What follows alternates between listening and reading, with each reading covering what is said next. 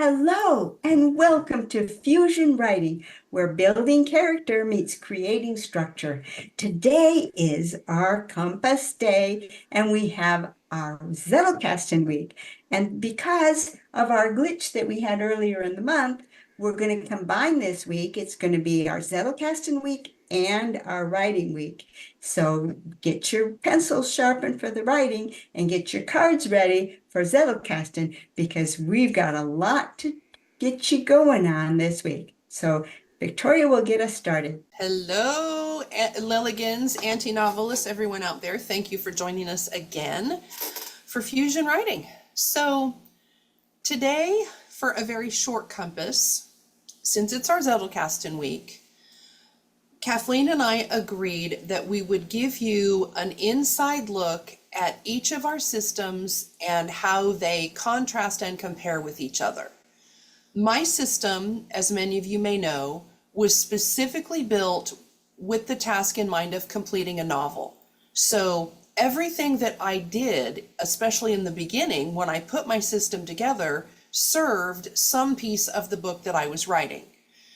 With that said, as I started to see more applications and more ways to use it, then I started building out the other sections of my box as my fascination took me.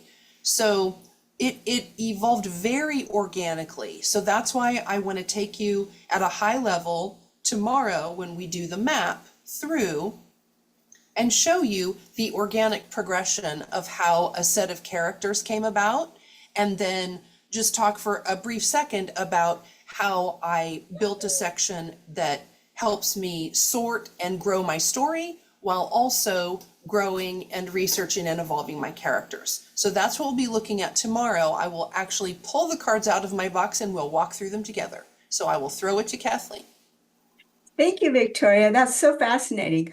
Mine came up in the absolute opposite way. I was trying to solve a problem for my precious niece who wasn't getting to write. And the reason she wasn't getting to write was she only had little fragments of time in which to write. And it was just too hard to track all of the little pieces of the writing. How do you make this story be consistent across tiny time fragments? So I designed a section of the Zettelkasten for tracking writing. And so I was doing it from an abstract level. I had already had my own Zettelkasten for quite some time. And so I knew how the Zettelkasten went together. And so I took that and said, okay, this is probably what she's going to need to track. And out of my brain, I invented some categories. So they come from two different directions. The amazing thing is, I was able to pull Victoria's system into my categories, and Victoria was likewise able to pull the stuff that's unique to me on the character development part into hers.